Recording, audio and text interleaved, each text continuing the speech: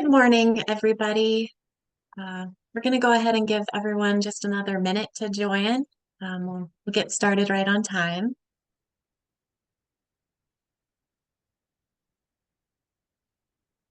I can see everyone's pictures are very sunny. So is mine. It's nice to have sunshine.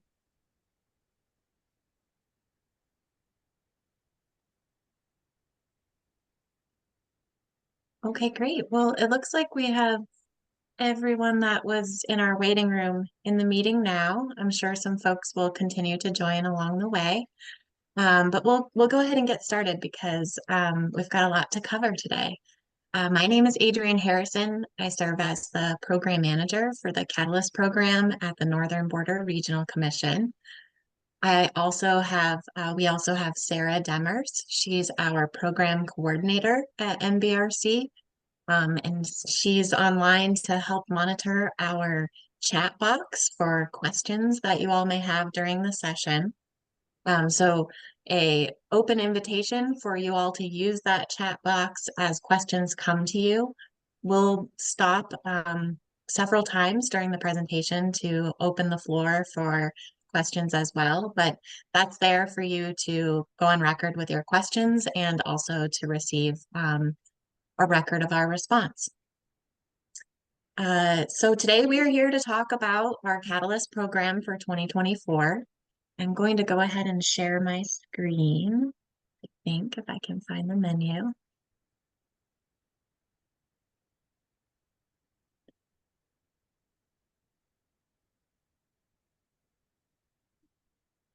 There.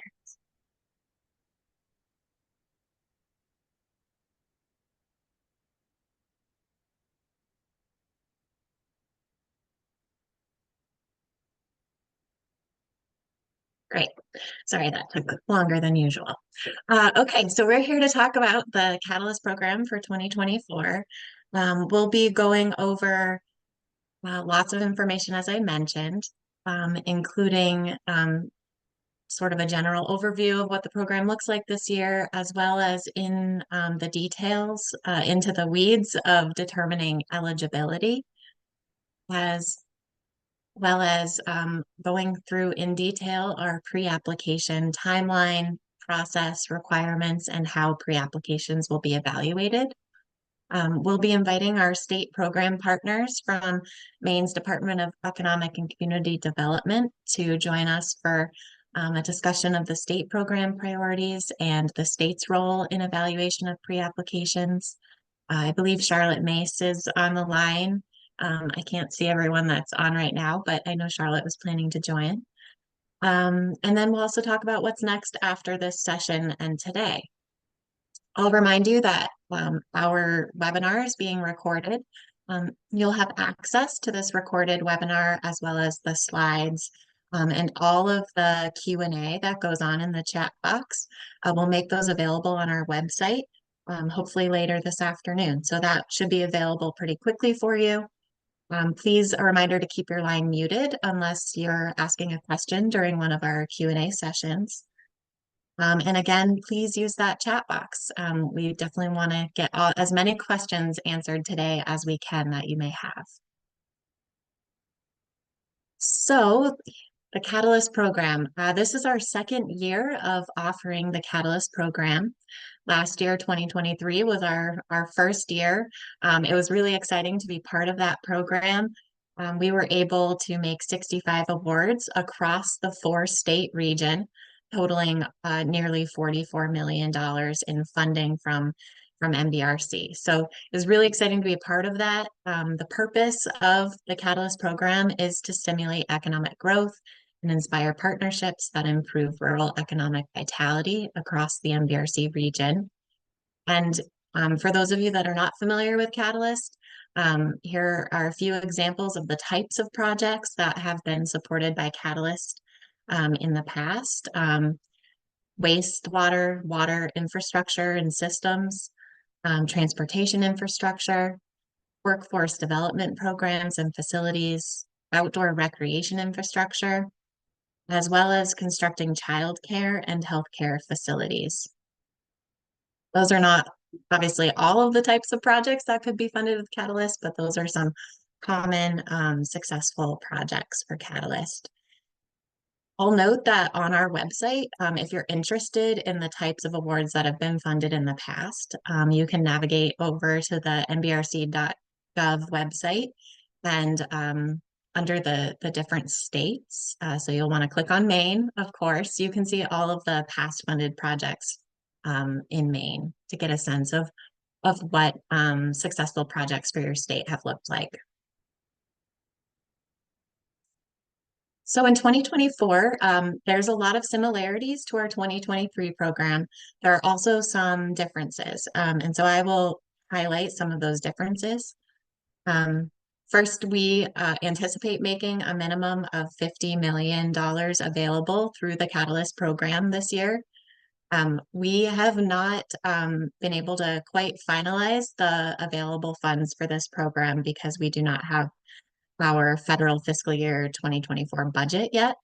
We know we will be able to make 50 million available. There's an opportunity potentially for us to be able to increase that number. If we do make changes to that, to the funds available for the program, we will issue a revised program announcement and put that out through all of our same outreach communication channels. So stay tuned in case that does change once we receive our final 2024 budget. Something that we are doing differently this year compared to years past is we are offering two funding rounds. So last year there was one single round of funding in the late spring. This year we have a funding round scheduled for early spring with pre-applications due on March 15th, and a second funding round for the fall with pre-applications due September 6th. So we'll dive into what the two funding rounds will look like and the timeline, especially for the spring funding round. We're really excited to be able to do this. We think it offers some flexibility for projects that may need a little more time to kind of organize behind the scenes and be ready to submit a pre-application. We also think it provides an opportunity to go out and look for additional funds that you may need for your project and kind of pull together a full funding stack for some of those larger projects. So we're really excited to be able to offer that. Another difference is we have a pre-application process in 2024. For anyone that is familiar with last year's Catalyst program or our previous SEID program, we asked for what we called letters of interest. The pre-application process is very similar to our letters of interest process, and they are required to receive an invitation to apply just like letters of interest were. But there are some differences, and I'll be sure to highlight those. As I mentioned, the due date for our pre-applications in the spring funding round is March 15th. And those must be submitted using our brand new online grants management system. We'll talk more about this system as well today. We're really excited for some of the capabilities that the system will bring to you as the applicant and to us as the manager of the funding opportunity. Something else that's new this year, all potential applicable waivers that you may need for your project are due at the time of pre-application. So I'll walk through the three different waivers that may apply to you or as an applicant or your project. And again, those would all be due with the pre-application. In the past, there were some different due dates for different waivers. And so we've streamlined that process and they all have the same due date. And then, we'll talk a lot about how your pre-application will be reviewed by NBRC and the state programs and what happens after that review process. Okay, so we're going to dive right into some of our technical information. First, we're going to talk about eligibility. And really, there are 3 points of eligibility to consider as you're developing your project. The first is determining if the location of your project is eligible to receive NBRC funding. NBRC, our service area consists of 60 counties across the 4 member states. You can see those listed here for Maine. These counties are designated in our enabling legislation. And then NBRC every year assesses each of those 60 counties for the level of economic and demographic distress in those counties. We use a, a few different criteria for assessing that distress. The primary distress categories include percent of population below poverty, unemployment rate, and the percent change in population. We also have a set of secondary distress criteria that we apply to each of the counties. Those include the percent of population with a bachelor's degree or higher, the median household income, and the percent of secondary or seasonal homes. So those are the criteria that we're using to determine if a county is distressed, transitional, or attainment. And it's important to note that because while all of these 60 counties are in our service area, distressed and transitional counties are eligible to receive NBRC funds, while attainment counties are ineligible for funding, unless one of 3 exceptions apply. I don't think we have an attainment county in Maine, but I'll quickly go through the 3 exceptions for receiving funds in an attainment county. The first is if a municipality within that county is identified as an isolated area of distress. Essentially, we apply all of those same distress criteria to each of the municipalities within an attainment county to understand if there are specific municipalities that are experiencing economic and demographic distress. Those municipalities that are designated isolated areas of distress are eligible to receive NBRC funding at the 50% reimbursement, 50% match ratio. The second exception is for a project that provides significant benefits to a surrounding distressed or transitional county. This requires a waiver. This waiver also applies, this could be something that applies to your project in Maine. A significant benefits waiver is required for an organization that's located outside of a distressed or transitional county that may want to lead a project within one of those counties. So you would also need to include a significant benefits waiver if your organization is not located within one of those distressed or transitional counties. And the details of the significant benefits waiver are in our Catalyst program user manual, but generally it requires a description of those benefits that will accrue to the distressed or transitional areas, and that's submitted with the pre-application. The federal co-chair and the 4 state alternates are responsible for approving any significant benefit waivers.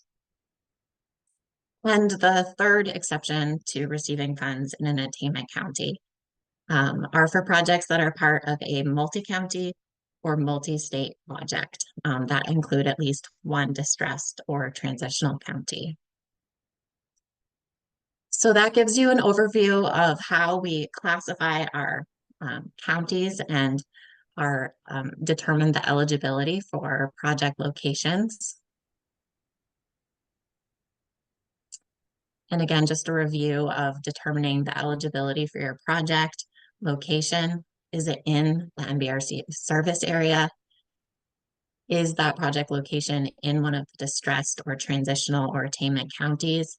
If it is in the attainment county, you'll want to determine if one of the 3 exceptions apply. And then you'll want to identify the reimbursement and match ratio associated with the location. I think I forgot to say that for the distressed counties, those counties are eligible for an 80% reimbursement, 20% match ratio, and transitional counties, as well as the isolated areas of distress, are eligible for a 50% reimbursement and a 50% match ratio.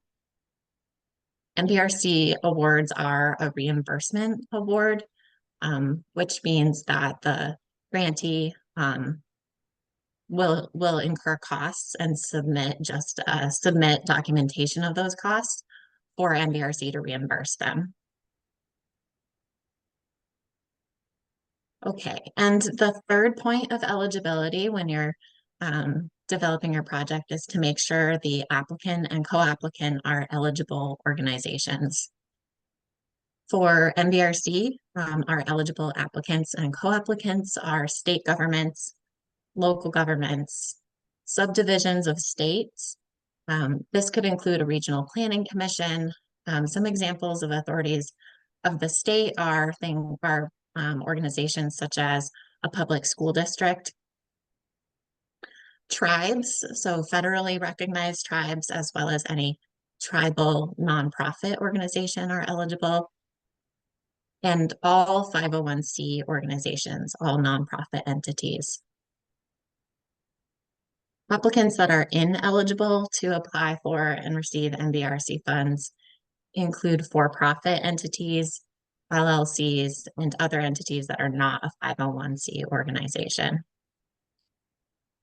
Also, applicants from outside of an NBRC member state, so applicants that are not located in Maine, New Hampshire, Vermont, or New York are not eligible to receive funds.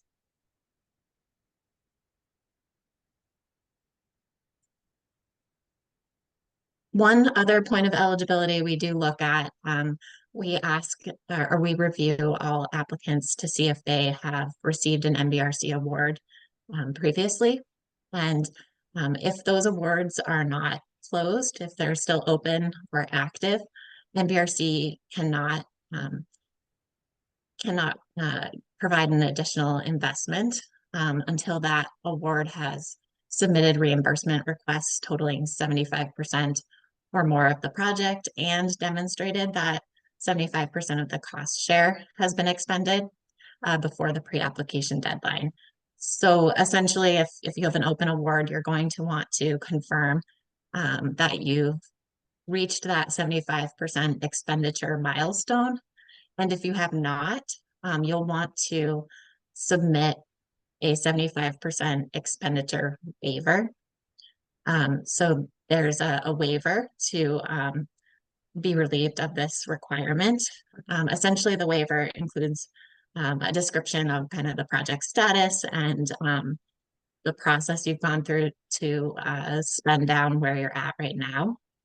That will be submitted with your pre-application, and the state program manager is responsible for approving that waiver request.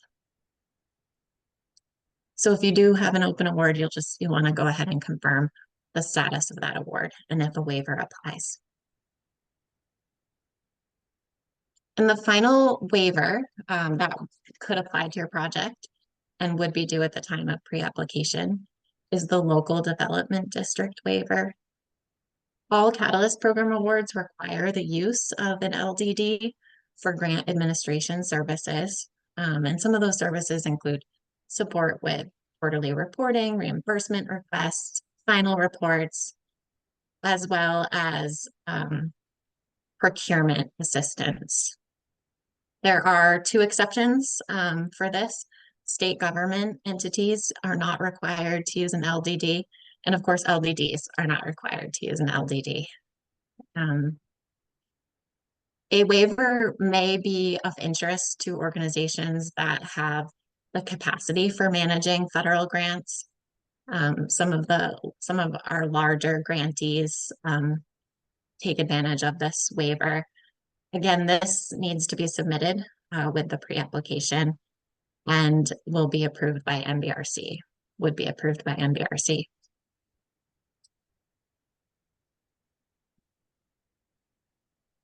Okay, so moving on into eligible purposes. So is your project relevant to one of our 7 eligible project categories? Next, one is the infrastructure bin, and there are 4 categories of infrastructure. These are all really well defined in our Catalyst program user manual, so I will not read the definitions to you.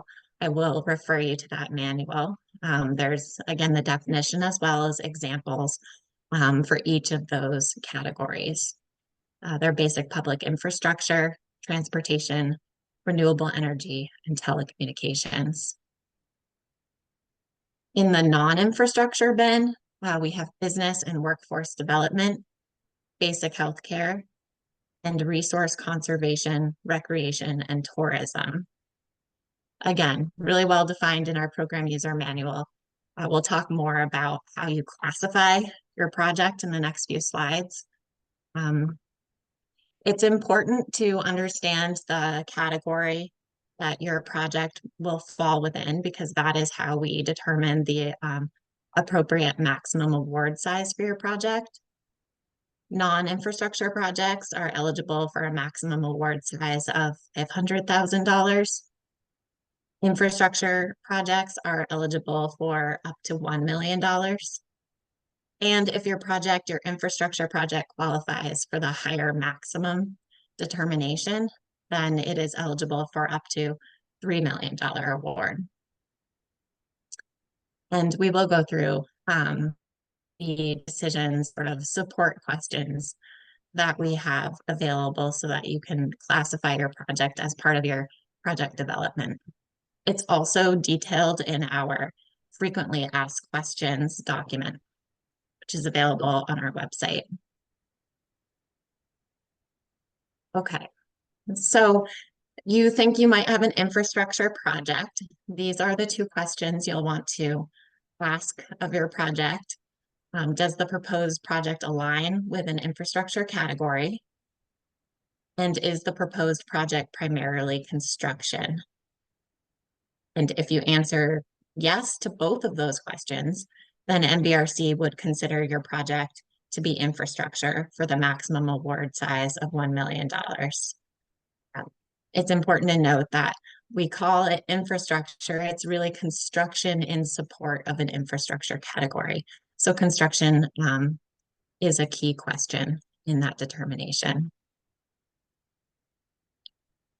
If you answer no to one or both of those questions, then the project is considered non-infrastructure and would be eligible for the maximum of $500,000. If you have an infrastructure project, you will want to ask these questions as well to determine if you're eligible for the higher maximum award. Does the infrastructure project include construction in 2 or more jurisdictions? And by jurisdictions, we mean municipalities, which could be villages, towns, cities, counties, or states. Those are the typical jurisdictions that we're describing there.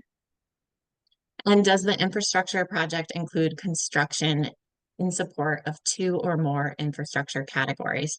So going to back to that list of the 4 categories, does your project support 2 or more of those categories? And if your answer is yes to one or both of those questions, your project is eligible for the higher maximum award amount of up to $3 million. If the answer to both questions is no, then the project is eligible for the $1 million infrastructure maximum. Okay, so you might have a non-infrastructure project and you want to check and be sure you understand how it's classified. You'll ask, does the proposed project align with a non-infrastructure category? If the answer is yes, the project is considered non-infrastructure with a maximum award for $500,000. Last year in 2023, we expanded the definition of our basic public infrastructure to include construction of healthcare facilities and also to include construction or yeah, construction of outdoor recreation infrastructure. And so if you do have a project within the basic healthcare or outdoor recreation categories, you'll want to check and see if you're eligible under the expanded basic public infrastructure determination to receive the infrastructure maximum award. And essentially we are, well, before we get to that, we'll say your answer was no, that your project does not align to a non-infrastructure category. And if that's the case, you'll want to kind of take a step back and evaluate the Catalyst program. If it is neither a infrastructure category or a non-infrastructure category, your project may not be a good fit for the Catalyst program. Okay, so if you do have a non-infrastructure, if you do have a project within the basic healthcare or outdoor rec category, you'll want to ask this question about, is the project primarily a construction project? Because if the answer is yes for those two categories, then the project would be considered a basic public infrastructure project with the award maximum of up to 1 million. If the answer is no and it's not primarily construction, then the project would be considered non-infrastructure at the $500,000 maximum. So I hope that gave you all a sense of the questions we asked to classify your proposed projects. If you do have any questions about your project and how it would be classified, you're always welcome to reach out to NBRC. We can walk you through that and let you know what your project would be considered. We're going to move now into some of the policies and requirements of NBRC funds and NBRC awards. And I'll point you again to our program user manual, as well as the NBRC grant administration and compliance manual. That's available on our website and is a really thorough resource of our procurement requirements, of eligible costs, of our NEPA process, what it means to get a notice to proceed. A lot of the things we'll talk about today are referenced in that manual. Okay, so we've already talked about how you determine which of the reimbursement and match ratios apply to your project. Again, that's dependent on the location. If you're in a distressed county, it's typically 80% reimbursement, 20% match. If you're in a distressed county, it's 50% reimbursement, 50% match. If you have a multi-county project or a multi-state project, you may have a different number because that is an average of all the counties involved with the project. So there are definitely times where it's not the 80-20 or 50-50. But this new grants management system will actually calculate your reimbursement match ratio for you. So we don't have to do that manually anymore. And just to go over a few of the terms that we use at NBRC, our required minimum match is calculated off of the NBRC requested amount. So you would multiply your match rate by your NBRC request, and that is your required minimum match. We also use the term cost share. So we recognize a lot of times projects use additional funds beyond the NBRC requested funds, and your total project costs may be higher than the NBRC request and your minimum match. So the total project costs minus the NBRC requested funds is what we call cost share. And this is again above and beyond that minimum match. It's important to understand where your match and cost share sources will be coming from for your project. That is something we ask at the time of pre-application for you to identify those match sources and their status. We'll talk about that when we get to the pre-application requirements section, but that's why we're taking the time to go through the match and cost share terminology. And it's also a really important reminder and caveat for your project planning that match and NBRC funds cannot be committed or spent before receiving the notice to proceed. And we will continue to talk about that point. So a few more funding requirements. NBRC has a 3-year period of performance. This means there's a 3-year project window where we expect projects to be completed. It's important in terms of project planning because if you feel your project will not be completed within 3 years, NBRC suggests delaying that pre-application to a future funding round. We talked earlier about for-profit entities not being eligible applicants. They're also not eligible to receive pass-through of funding as part of your award. So a for-profit entity cannot be a direct pass-through in your project. And NBRC treats program income in the deductive method. Some other federal agencies treat it differently. So in terms of planning for your budget, we use the deductive method, which essentially subtracts program income from total project costs. NBRC, you can use the NBRC award to match other federal funded projects, as long as the other agencies also allow that. And as long as the total of federal funds used in the project does not exceed 80%. You can also use NBRC funds to purchase or construct real property. With that comes a federal interest. NBRC's timeframe for maintaining federal interest in a property is 20 years. And a few of the common ineligible costs that we come across for Catalyst projects, maintenance, routine or deferred maintenance are not eligible for NBRC funds. NBRC funds are also not allowed to be used towards payment of debts or the allowance of debts.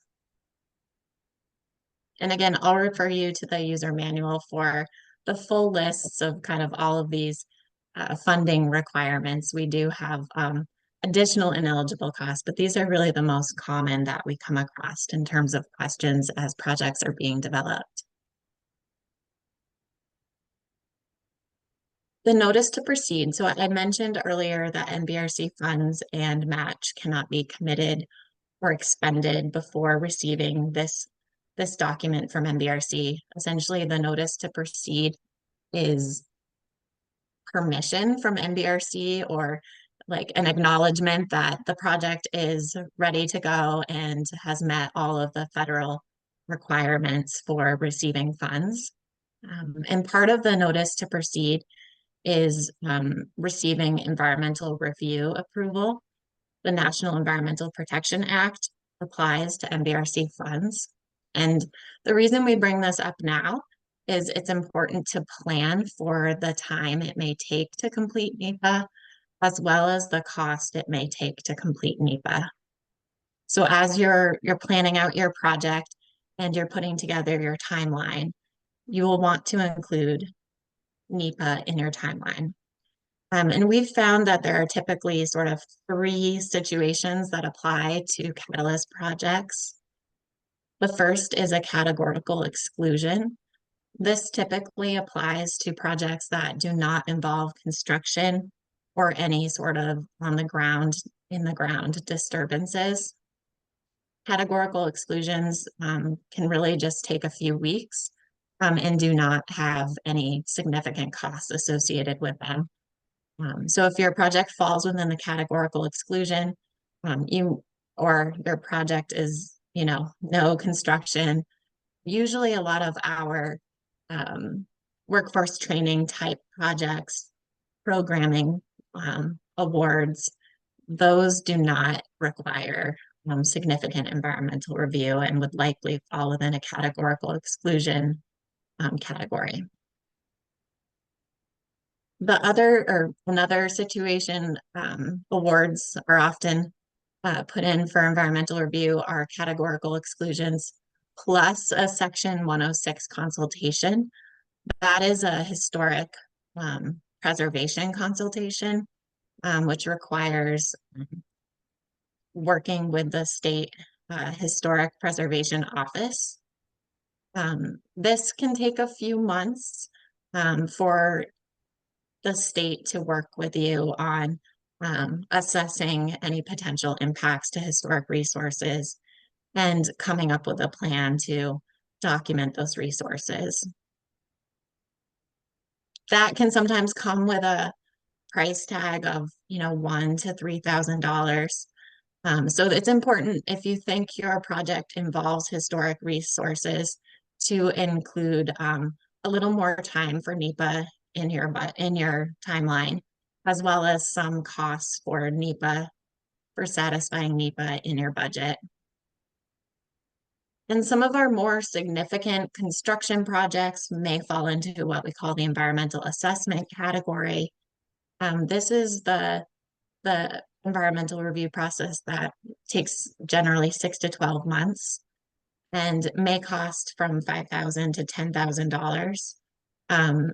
It's important, again, you can imagine from your planning perspective to consider that in your timeline and in your budget so that you're aware of how this could play with other milestones in your project. We will give, as awards are made, additional guidance on your project and how NEPA applies to that project.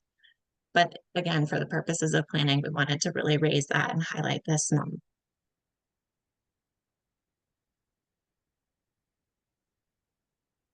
And I mentioned earlier that we do have a federal funding ceiling of 80%, meaning no more than 80% of the total project costs can come from federal sources. We often get questions about what counts as a federal source.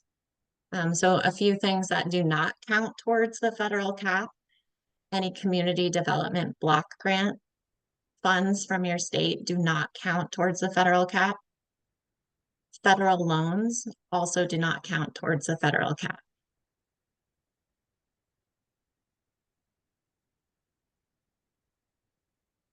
And another sort of string that may be attached to NBRC funds is Build America, Buy America Act.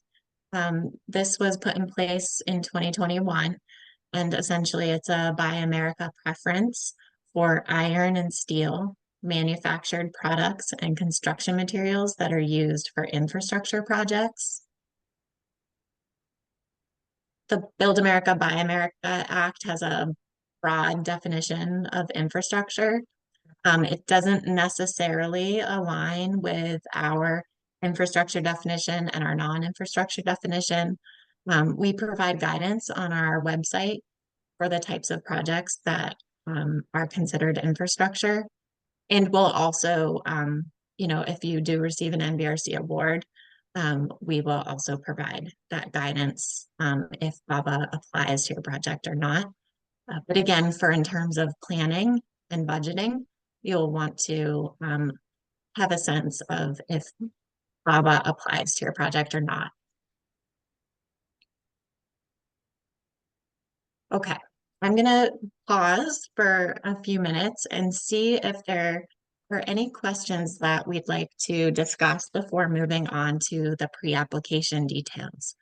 I recognize I just went through a lot of information and maybe was talking fast. So if there are any questions, feel free to raise your hand or come off mute. If there's anything in the chat box, Sarah, feel free to bring that up as well.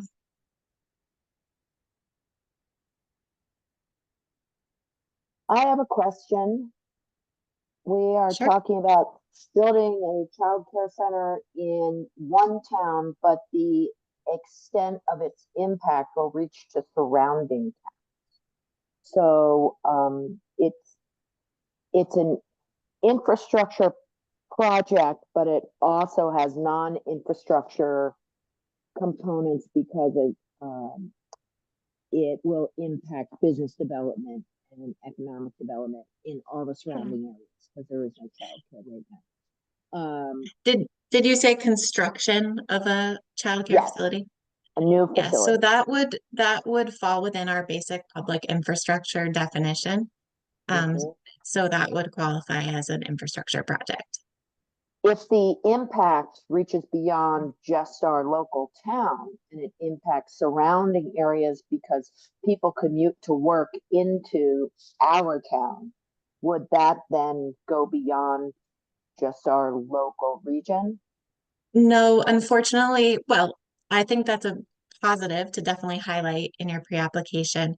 That Okay, does not qualify for the higher maximum determination.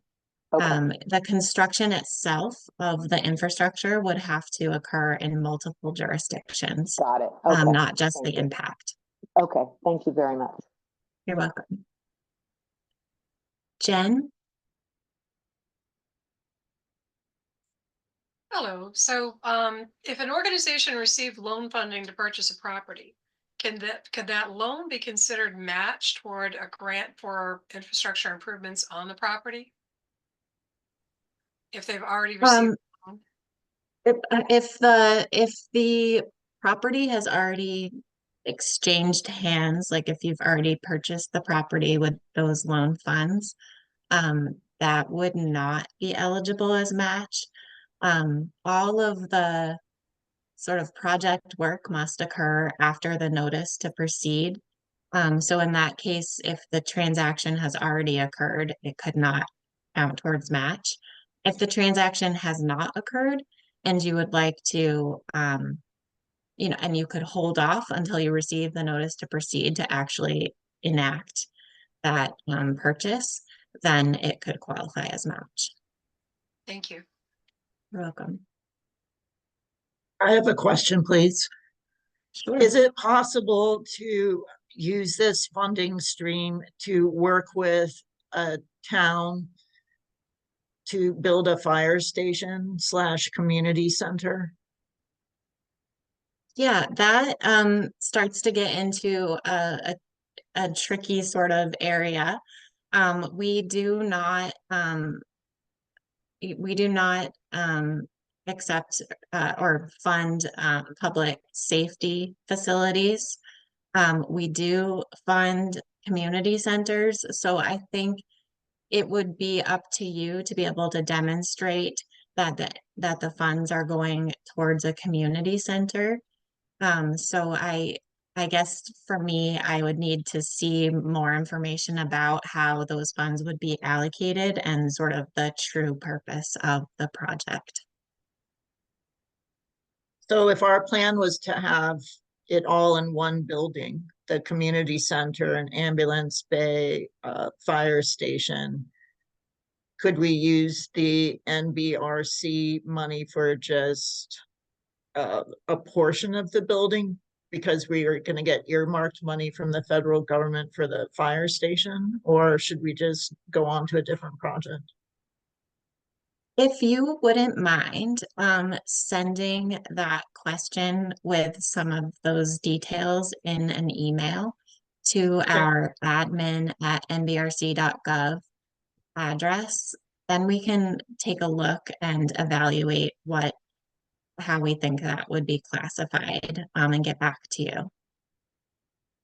Perfect. I, Thank you so yeah, thank you.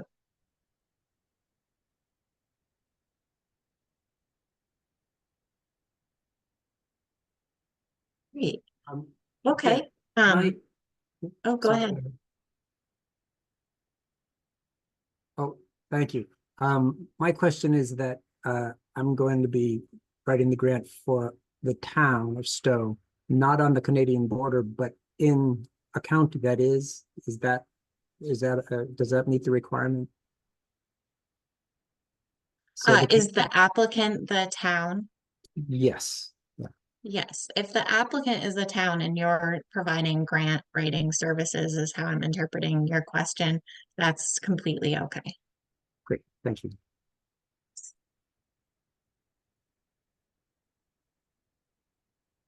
Okay, well, we will pause again shortly for more questions. But now I think this is really why we're all here, is to learn about the pre-application details. So I will go ahead and get started on those. In terms of the timeline for the spring funding round, um, we're in it right now. We're here in the program information session portion of our timeline, and the online pre-application system will be opening soon, later this month. And as I mentioned earlier, our pre-applications and any applicable waivers are due on March 15th.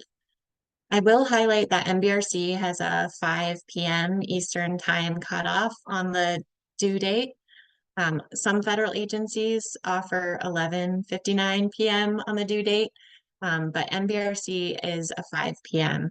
deadline. So just wanted to really highlight that. We, of course, really encourage you to submit early just to make sure there are no hiccups along the way. And then we have a scheduled pretty quick review period of our pre-applications. NBRC and our state partners have committed to a 2-week review period. And so you should be receiving responses to your pre-application during the week of March 25th.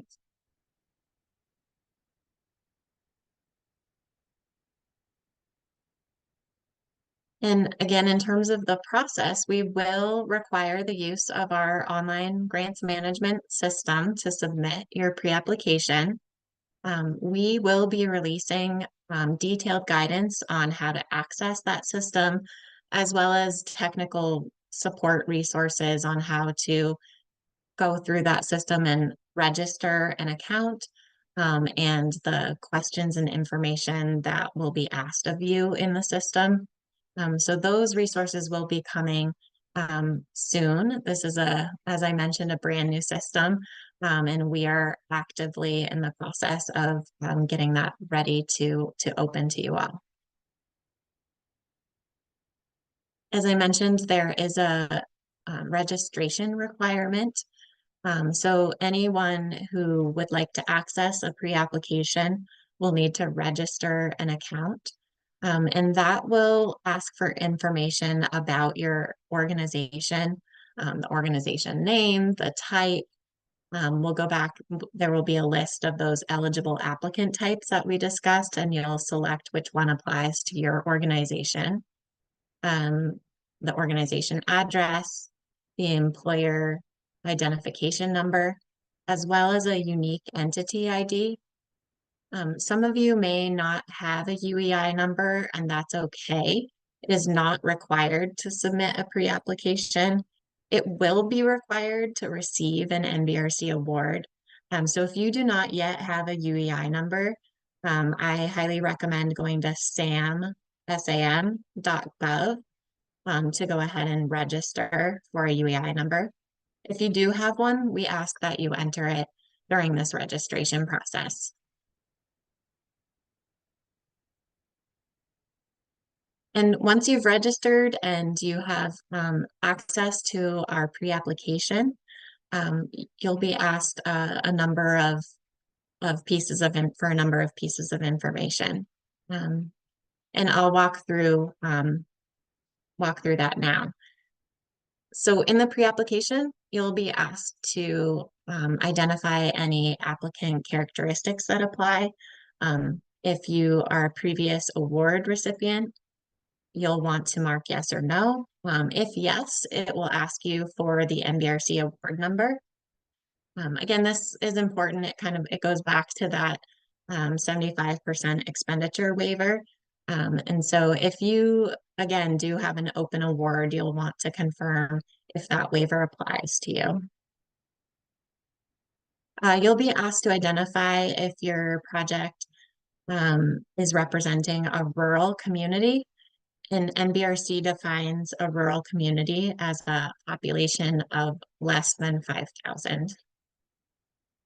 You'll also be asked to identify if your project represents an underserved community.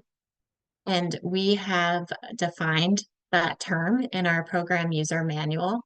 And I will note that it is a broader definition than we had last year in 2023. You'll also be asked to share the primary place of the project performance. So this is really asking for where the project will take place, not necessarily the office address of your organization, but really where the work will be happening. In some cases, it's one and the same. In other cases, there's a different location of where the project will take place. So it will ask you for that address, including a zip code and the county. You will even have a place to enter lat long coordinates if you have those. So we're really looking for those details about where the project will be happening. You'll also be asked to enter a project title. We don't have guidance per se on what the title should be, but typically Catalyst program project titles include the name of the organization and a description of kind of the primary purpose of the project. So Town of Somewhere's wastewater treatment plant would be a typical project title.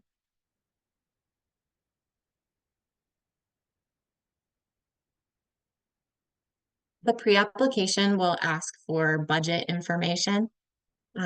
There's two pieces to the budget information that will be asked for. First is the budget narrative. The budget narrative will be a text box within the pre-application system, and you'll have space to describe expenses over $5,000 by category. There will also be a table within the text box that asks you to describe your match sources. So the name of the source, whether it's federal or non-federal funding, the type of match, so if it's a loan, a grant, or another type of match source, and the status of that match. So if it's committed or secured, and the date of that commitment, or if it's pending and the anticipated date of that match. We previously used a budget narrative template that was a supplemental document that needed to be uploaded to our system. So this is just another example of how we're really excited that the grants management system is incorporating these details into the pre-application for us. In terms of the detailed budget, NBRC will ask for you to show how you're distributing your costs across the different categories that I'll walk through on the next slide.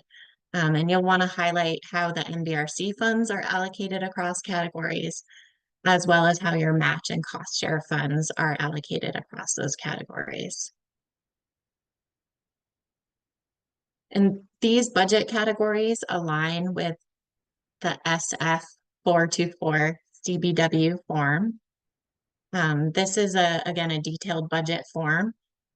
We are not asking at the pre-application phase to submit a SF 424 CBW, but we are asking for you to show us how your costs, the NBRC funds, and your match and cost share are distributed across those categories.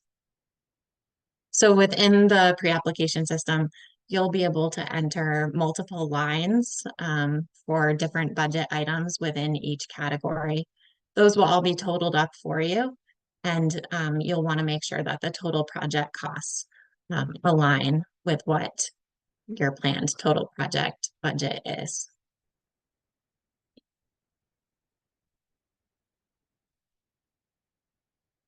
In addition to the project information or the applicant information, and the budget information, there are 5 narrative questions to be able to describe your project. And each of those text boxes will have a 10,000 character limit. This is actually quite a bit of space. I know sometimes when you describe things in terms of a character limit, it's hard to know what that looks like. But it's, a healthy amount of space, 2 to 3 pages of space. So we're excited to be able to offer more space this year. And when you're working in the text boxes, you probably would all do this anyway, but I just want to really encourage everyone to develop that narrative outside of the pre-application system in a word processing document, and then go ahead and copy and paste that information into there. I think that's probably a best practice that would work well in this system. So I'll go ahead and walk through all of the 5 narrative questions, but I will highlight that we are working on an update to our Catalyst program user manual right now, so that all this information will be in part 2 of that user manual.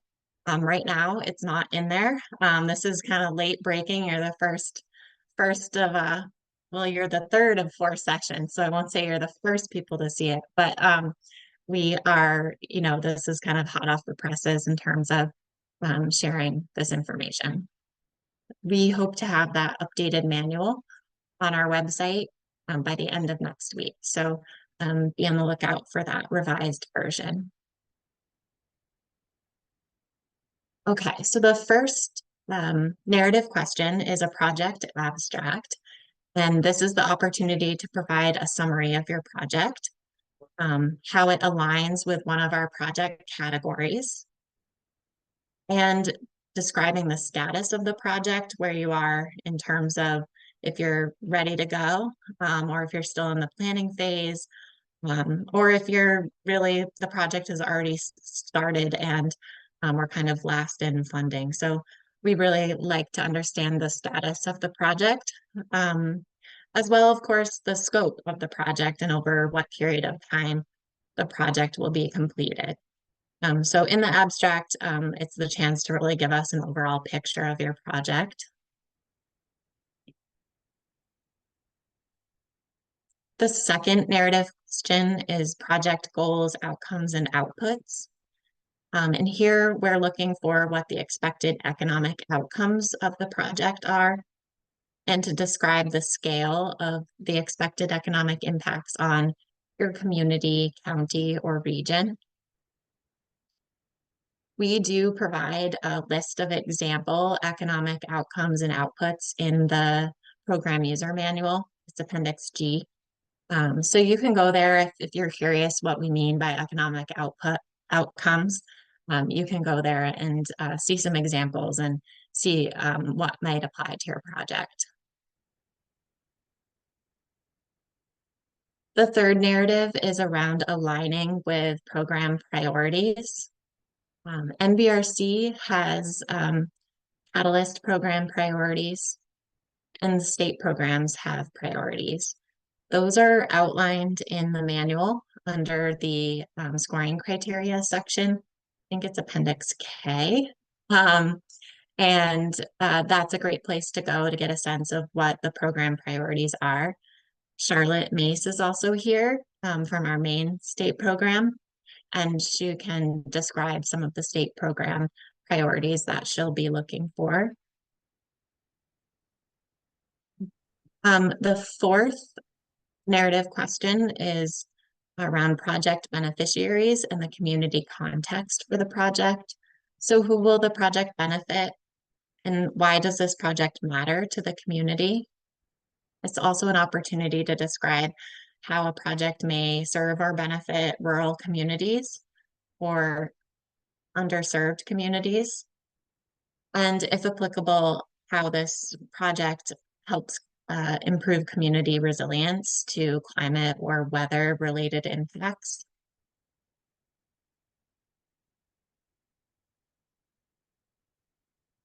And the final narrative question is around the statement of need. This is where you would describe the challenge or problem you're trying to address in your project and what your proposed solution is. Why is this project important? And why is it really important to be funding this project now? And why are NBRC funds particularly important for this project? Here is also where we would ask you to describe how your project meets the criteria for a higher maximum infrastructure request. So if you've gone through the project classification and you've determined your project qualifies for the higher maximum infrastructure award size, we ask that you describe the way that you determined that, what your project is seeking to do, and how you will allocate funds across either the 2 or more jurisdictions or the 2 or more infrastructure categories.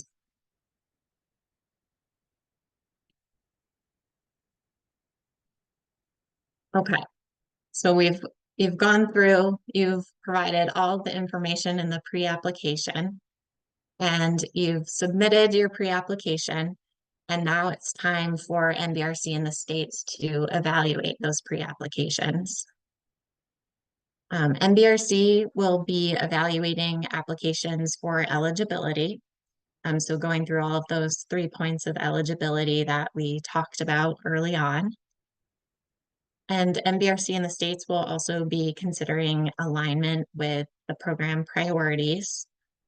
So again, really go back to those scoring criteria and the NBRC agency investment priorities to understand how your project aligns with those. And we'll also be looking at the costs and expected benefits associated with the project and the requested funds. And we'll be looking at the benefits provided to the broader community and region. Those are really the primary ways we'll be evaluating the pre-applications. And I'll quickly walk through those NBRC investment priorities and then ask Charlotte to come on and speak about the state's role in evaluating in project development and also in evaluating pre-applications. So some of these may look familiar. We've talked about a couple of them already today, but the NBRC Catalyst Program investment priorities include priorities given to projects that demonstrate benefits to rural communities, again, with populations of less than 5,000 and underserved communities. Projects that address multiple needs across different categories, across the infrastructure and non-infrastructure categories. So looking for projects that can demonstrate efficiencies gained from including multiple categories in one project. And also priority given to projects that can improve community resilience to climate and weather impacts.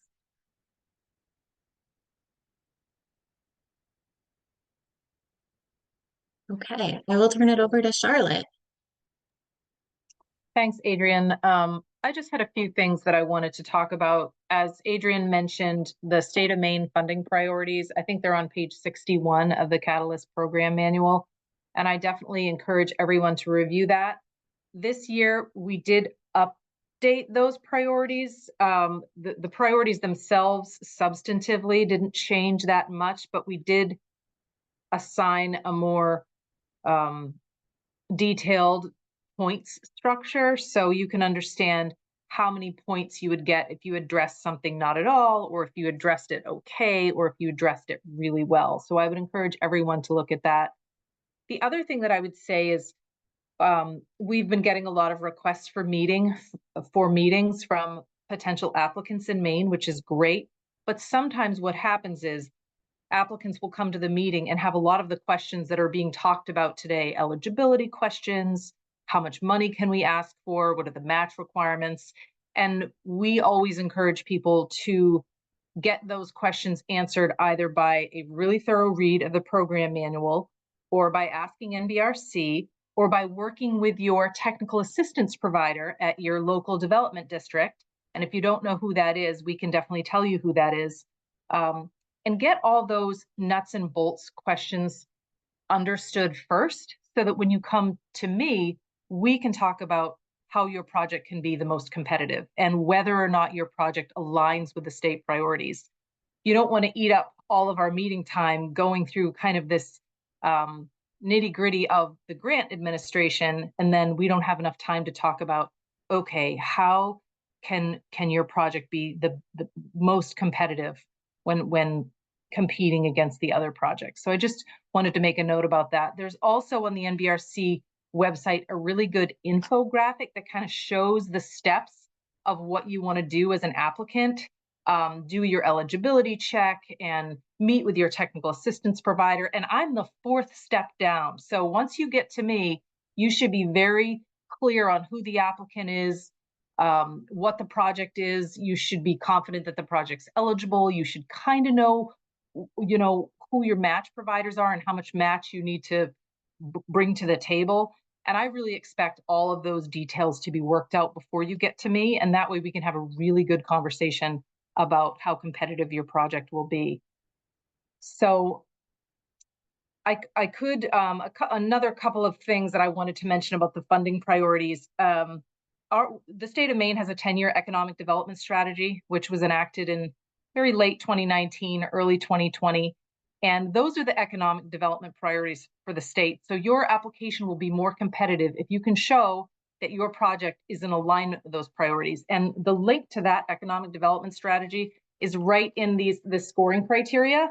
And if you're unsure what it is, you can ask me and I'll send you that link. We still have applicants that kind of go online and they find some old document from years ago that is no longer valid. And so don't do that. Really work on that, because it's important that what your project is going to do is in alignment with the state's economic development priorities. And I use the word economic development a lot, and I want to share this because I tell applicants this all the time. This is an economic development program. It is intended to catalyze economic development regionally within the NBRC Commission area. So, eligible projects do include community centers now and housing and childcare centers. But in your application, you don't want to focus on why childcare is important. Childcare is so important. You don't want to focus on education or why early childhood education is important. All of those things are critically important. You need to talk about why is it important to the economic development of your town and your county and your region. That is the whole point of this grant. So I'm always telling applicants, tell us, how many businesses are going to use this, or how many workers are in this area that could use this resource, or why does this improve the quality of place that will help attract talented workers to your region. Really focus on those economic development impacts, because that is what's going to make your project the most competitive. I see a question in the chat about the economic development link. I will put that in the chat. So I'm going to stop there, but I think we probably maybe have time for questions, Adrienne. I don't know if people have some specific questions for me. Like I said, we've been getting a lot of requests for meetings, and our meetings tend to be, I try to keep them to 30 minutes because we get so many requests, but please do try to do that background work first so that we can have a really good conversation about how to make your project the most competitive. Yes, if Charlotte, if you're willing to take questions, we have time for a few questions.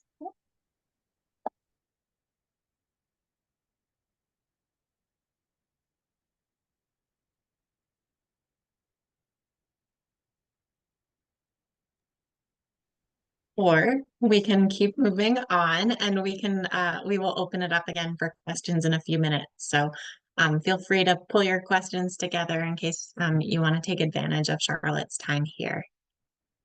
Could I Thank you, just Charlotte. ask a Yes. question? Yes.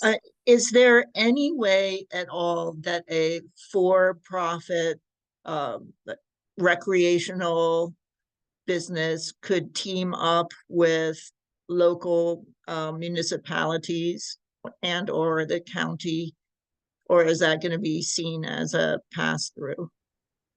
Yeah, again, yes, I think you're right on. It would be seen as a pass through. So of course a town is eligible to put a project forward. They would not be able to directly pass funds to a for-profit entity without going through a competitive process to put those funds out. I would add to that, and Adrian's absolutely right. A different model and kind of a different way to look at it is if a municipality or an eligible applicant has a really good project and a private industry contributes match to that project, that makes your project a lot more competitive.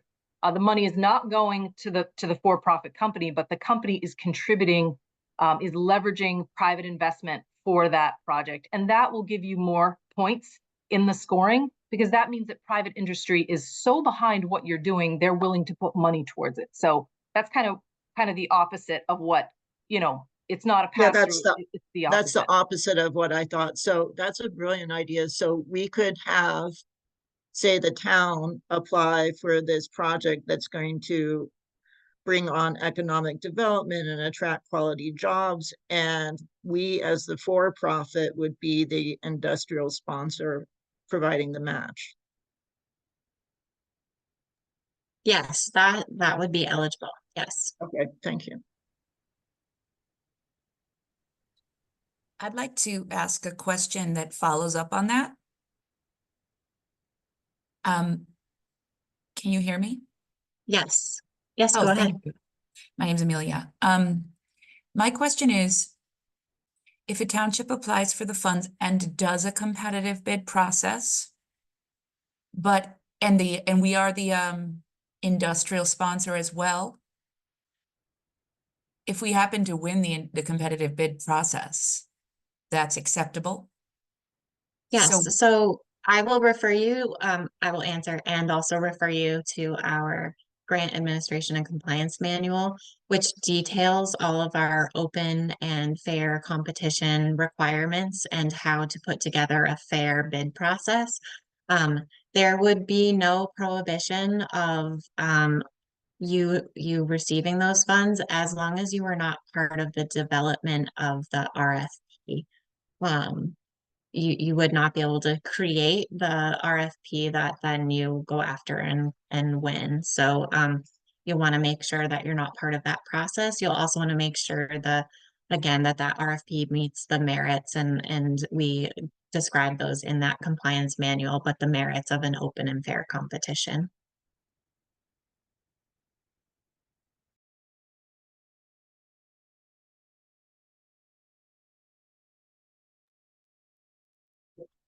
Okay, well, like I said, we're going to open the floor back up in a few minutes.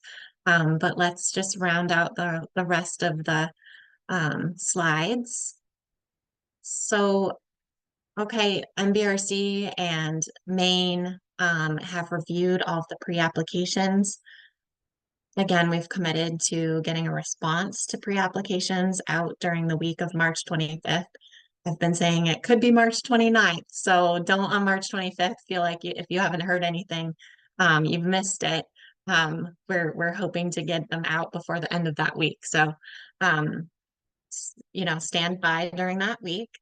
And there's really three responses that you would likely hear from NBRC. One is an invitation to apply to the spring funding round. And if that is the case, you'll receive information on how to move forward with an application, as well as any feedback that the state program or NBRC may have for your project. The second is a recommendation to resubmit your pre-application for a future funding round. And again, we would provide any feedback from the state program or NBRC that may apply to your project. And the third would be an ineligibility determination. So hopefully that doesn't happen, because we've been really trying to emphasize the different points of eligibility that we review and look for. But there is always the possibility that your project is determined, or your pre-application is determined ineligible, and you would receive a description as to why that is the case. So those are the three responses. And in terms of what's next, for you as an interested applicant, I mean, I will just really echo everything that Charlotte said.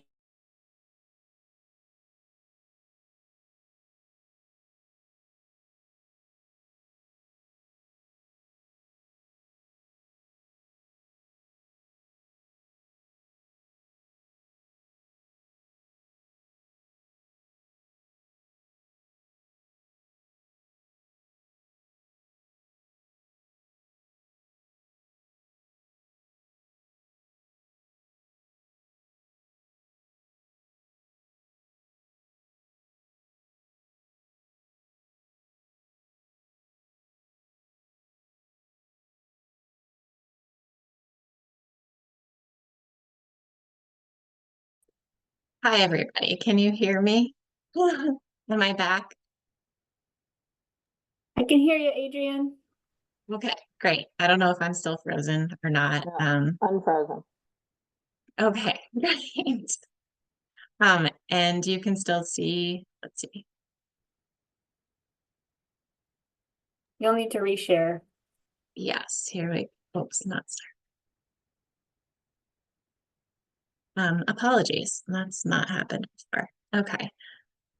Here we are, and current slide. Okay. Brief hiatus. Hopefully everything is back and you can see. I apologize for that. So I think I was in the process of saying that I will echo everything that Charlotte just said in terms of what's next for you all to do as a interested applicant. Review all of these eligibility details, self-classify your project and determine your award maximum, self-evaluate your project against those NBRC and state priorities, so that you can, when you are meeting with Charlotte, so that you can really focus on those areas where you think you have some strengths, and she could suggest, additional ways to strengthen your proposal. And in terms of what's next for us, we will be providing you that information about our new grants management system. As soon as it's available, we will send out these details, and they will also be made available on our website. So I encourage you to check our website frequently. And we will also make an announcement about some additional technical support hours as you work through the grants management system. And like I said, we're also updating our pre-application requirements within the program user manual. We're really trying to get that out by the end of next week. So that will also be another thing to look for on our website. You, of course, will have these materials available to you as well as you start to put your narratives together. And with that, we'll have another opportunity for questions.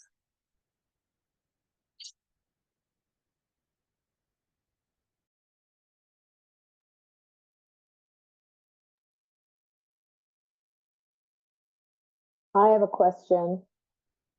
Sure. My conversation with Charlotte was premature, and I did ask all those nuts and bolts questions because I wasn't clear when it was scheduled that the purpose was to do as you've instructed us now, Charlotte.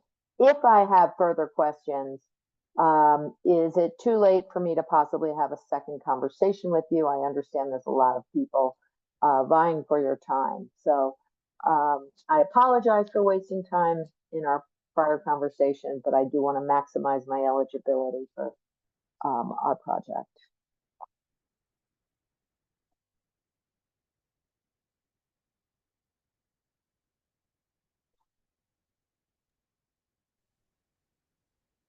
Is Charlotte still on? I see her. Oh. Is there an option for a second follow-up?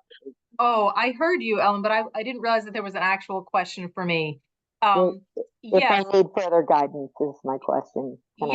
Absolutely. I mean, my goal is to give each applicant just one meeting, not because I'm a Grinch with my time, but because I'm the director of the Office of Business Development for DECD, which means I'm responsible for all of Maine's businesses. So you can imagine that the volume of things I have to do is a lot, but I want to devote a lot of time to the NBRC applicants because it's such an important process. So absolutely, Ellen, you can have a second meeting. Thank you very much. And apologies. And one thing I don't think either of us mentioned, Charlotte, is that on the NBRC website, we have something called a project interest form. This may be something that's helpful to you in terms of, as an interested applicant, in terms of preparing for a meeting with Charlotte to complete and bring it to the meeting or send it to her in advance of the meeting. Again, it asks for a lot of the things we've talked about today so that she knows that you're kind of ready for that meeting.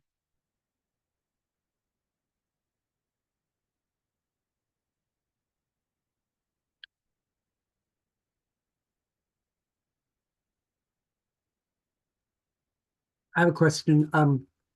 You mentioned that the updated manual will be out at the end of next week, roughly. If we're, anticipating wanting to get started, is it okay to use the current manual, or are we going to be like setting ourselves Yes. in a direction? Yes, so the update to the manual is specific to part 2, which is focused on the pre-application. Everything else in the manual will stay the same.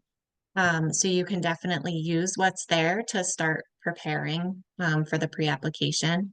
And the information that will be included in that part 2 pre-application section is also identified in this slideshow in our webinar today. All of those slides devoted to the pre-application is really what's going to be updated in the manual. So I think between the existing manual and this presentation, if you wanted to get started before the updated manual is out there, you have what you need. Great, thank you. Yeah. Hey, Adrian, I am gonna ask a question that was in the chat and I didn't have a good answer for. There is someone who is asking about whether a nonprofit childcare center could be operated inside, like leased from a for-profit building, but operated in that building, but the facility itself would be run and managed by an eligible entity. Yes, I'm going to say yes, but also I'm going to double check. So if we could note down who that was, that would be great. But I believe a lease is totally, that's allowed. Yes. We could not offer funds for a for-profit entity to buy a building, but a nonprofit that has entered into a lease, that is okay.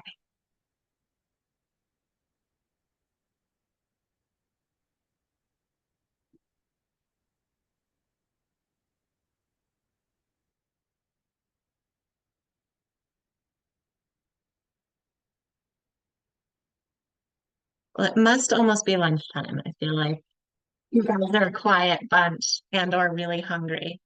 Um, I do want to offer again this email address of admin@nbrc.gov. If something comes to you after our session today, feel free to share any questions about eligibility or project classification. We're here to help with that. And again, we will be making additional materials available and updated materials available in the coming weeks. So be on the lookout for those as well. And with that, I will really thank you all for taking the time today, and thank you, Charlotte, for being on and adding some information from the state of Maine's perspective. And thank you to Sarah Demers for monitoring all of the questions and answering those for everybody. Thank you for the time. Really appreciate it. Oh, it's great. I'm glad you guys could be here. And these will be posted to our website later today in case you want to listen again soon. Thank you very much. All right. Have a wonderful day, everybody. Thank you.